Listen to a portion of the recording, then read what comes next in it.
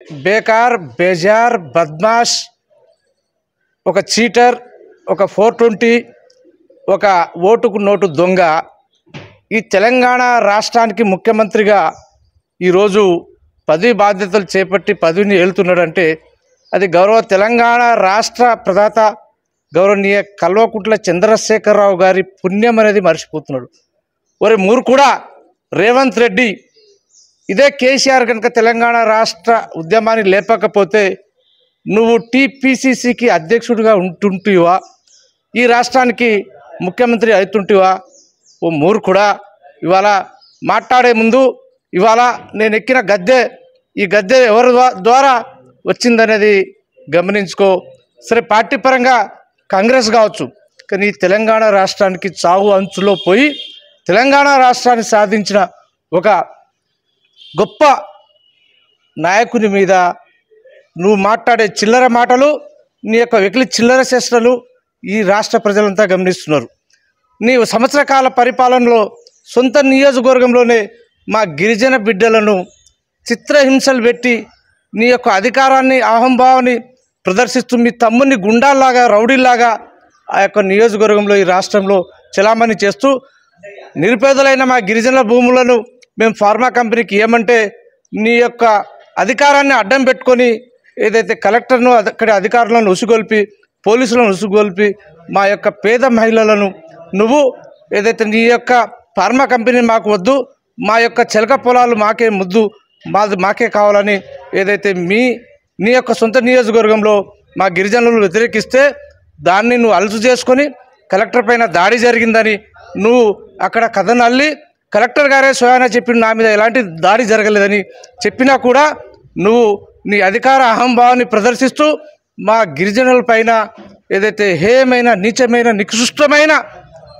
అర్ధరాత్రికి పోయి కరెంట్లు బంద్ చేసి మా గిరిజన యువతుల పైన ముట్టరాని చోట ముట్టి పోలీసులు అఘాయిత్యం చేస్తే ఇవాళ మా గిరిజన సోదరిమణులు ఇవాళ దేశ రాజధానిలో పోయి ఏదైతే మా యొక్క ప్రాంతానికి ఇవాళ రేవంత్ రెడ్డి అనే ఒక దుర్మార్గుడు మాకు ఎమ్మెల్యేగా గెలిచి మా యొక్క బతుకులపైన చెలగాటం ఆడుతూ మాకు అసభ్యకరమైన మా నోట్లతో చెప్పలేని విధంగా మా యొక్క శారీరక మానసిక శోభను మమ్మల్ని గురి చేస్తుందని చెప్పినా కూడా సొంత నియోజకవర్గంలో పట్టింపులేని ఒక దుర్మార్గుడు నువ్వు.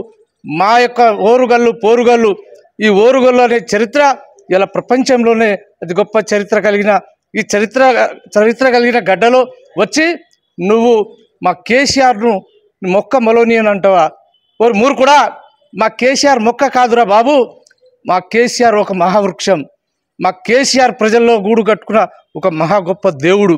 ఇలా తెలంగాణ రాష్ట్రాన్ని సాధించి 10 సంవత్సరాలు పాలించి తెలంగాణ రాష్ట్రాన్ని ఒక స్వర్ణ యుగంగా మార్చిన ఒక మహాఘనుడు గౌరవ కేసీఆర్ గారు. ఇవాళ కేసీఆర్ను అంటున్నావు తాగుబోతోడా అని.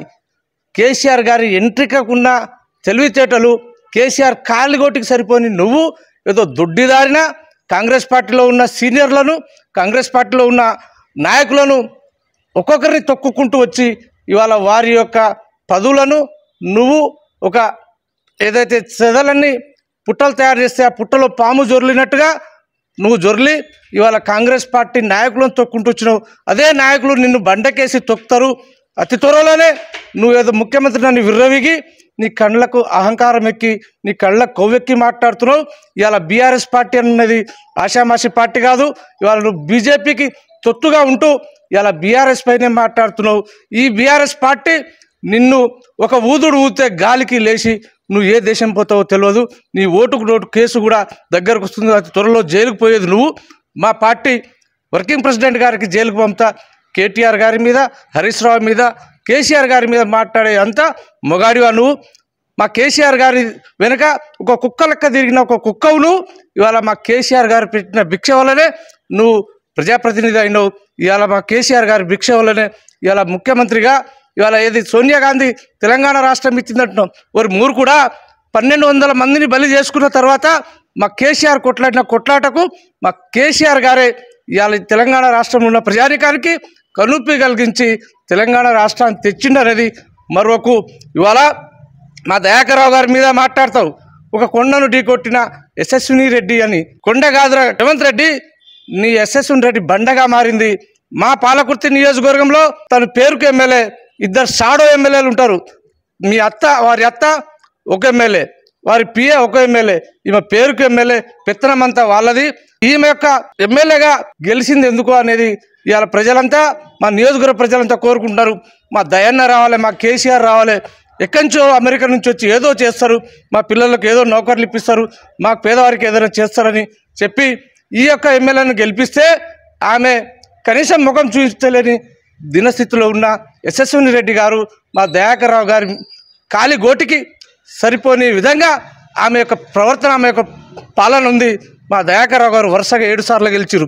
ఎందుకంటే ప్రజలు ఏదేమైనా ఒకసారి మార్పు చూద్దామని అనుకోవడం మీకు కలిసి వచ్చిన తర్వాత మీ పాలన అనేది ఇవాళ రాష్ట్ర ప్రజలంతా మీ కాంగ్రెస్ పార్టీ వాళ్ళే కూడా కూస్తున్నారు. ప్రభుత్వం విఫలమైంది, ప్రభుత్వం ఎన్నో మాటలు చెప్పింది, తులం బంగారం ఇవ్వలేదు, 2500 రూపాయలు మహిళలకు ఇవ్వలేదు, అదేవిధంగా ప్రకటించిన పథకాలు ఎన్నైనా 6 గ్యారెంటీలతో పాటు మొత్తం కలుపుకొని 420 పథకాలు అమలు చేయలేని చేతగాని చౌట దద్దమ్మ ప్రభుత్వం నీ కాంగ్రెస్ ప్రభుత్వం. నువ్వు రేవంత్ రెడ్డి తస్మాత్ జాగ్రత్త. మా కేసీఆర్ గారి ఏదైతే రాలిపోయే ఎంట్రిక కూడా నువ్వు దాన్ని తాకలేవని నేను గంటాపదంగా ఒక తెలంగాణ రాష్ట్ర మహోద్యమకారుడిగా నీకు సవాల్ చేస్తున్నా. ఇప్పటికైనా నీ మాటలు తగ్గించుకో. నువ్వు మాటలతోటి ప్రతిపక్షంగా ఉన్న, ప్రధాన ప్రతిపక్షంగా ఉన్న ఏదైతే కల్వకుంట్ల కుటుంబాన్ని తిట్టకుండా నీ యొక్క పరిపాలనను గాడిన పెట్టు. కేసీఆర్ గారు చేసిన దానికంటే ఎక్కువ పనులు చేసి నువ్వు ఒక రాష్ట్రంలో ఒక మంచి ముఖ్యమంత్రిగా పేరు తెచ్చుకునే ప్రయత్నం చేయగలి. నువ్వు చీటికి మాటికి ఏదైతే ప్రభుత్వ సొమ్ముతో పెట్టిన సభలల్లా ఇలా కేసీఆర్ను, కేటీఆర్ని, హరీష్ రావు గారిని, దయాకర్ రావు గారిని ఇలాంటి మా యొక్క బీఆర్ఎస్ నాయకులను విమర్శించడం కాదు, పరిపాలన పైన నీ దృష్టి పెట్టి పాలించమని ఓ మూర్ఖుడైన ఈ రేవంత్ రెడ్డి గారిని నేను సవాల్ చేస్తున్నాను.